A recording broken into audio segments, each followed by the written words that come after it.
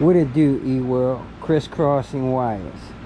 And today's high-speed tip is balanced tires.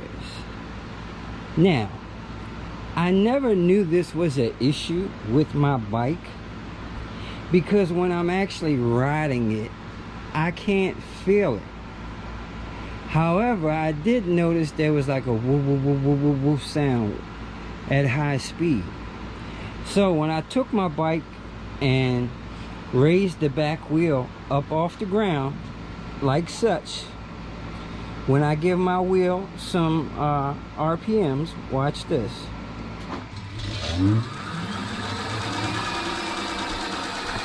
Now my wheel is not bent, well, it's bent slightly, and you know you're always going to get bent wheels from hitting curves and potholes and all that, so it does need to be true.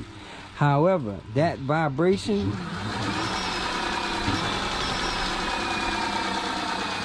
is from the wheel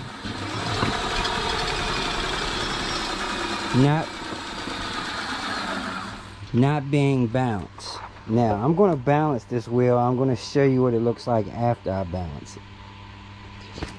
But first of all, let's take a look at this RPM.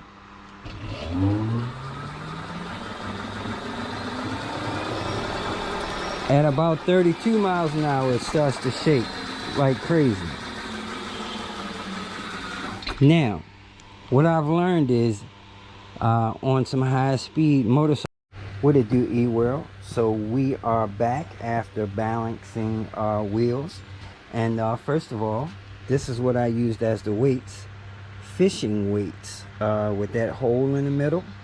Basically what I did was put a slit on one side so you can open it up.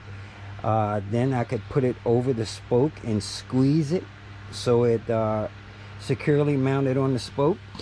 What I did was start off with a nice amount of mass and moving it around the wheel until I got it in the best spot where it was most balanced, and I calibrated going back and forth in either direction. Then once I got it to the best lowest vibration point, then I added mass. If it got, you know, if the vibration increased, I decreased the mass, and vice versa. So yeah, now you can see when we spin,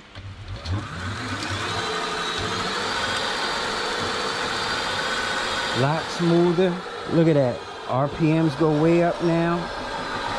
Couldn't go past 34 miles per hour before without this thing shaking on the stand like crazy. So yeah, it's much better now, much better.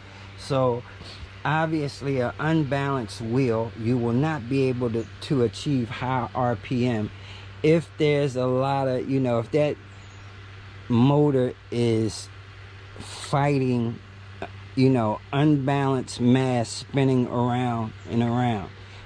You lose a lot of your torque, your high RPM. Definitely, it's definitely not as efficient if your wheels aren't properly balanced. I used to didn't think this was a big issue until I started checking out some motorcycle racing videos, and a guy was saying just how much unbalanced tires can take away from your mile per hour. So you know, like I said, I couldn't tell when I was riding on my bike, so I had to lift it up in the air. Now I remember when I first put my bike together and spent the tire on there was some vibration, and I was going to deal with it then. But then when I rode my bike, I couldn't feel it, so I didn't really pursue it after that fact. But I didn't really notice it until the other day when I was riding, and I could hear it when I was going fast, like woo, woo, woo, woo, woo, woo, woo. You know, I could hear it. I couldn't feel it, but I could hear it. So after getting this thing up off the ground, I could definitely see where, man, my bike was vibrating like this up and down at about 34 miles per hour, going crazy. Couldn't even exceed that RPM. It would have shook off the damn stand. Now I can, you know, do it up to like 70, 80 miles per hour, smooth and free. All right.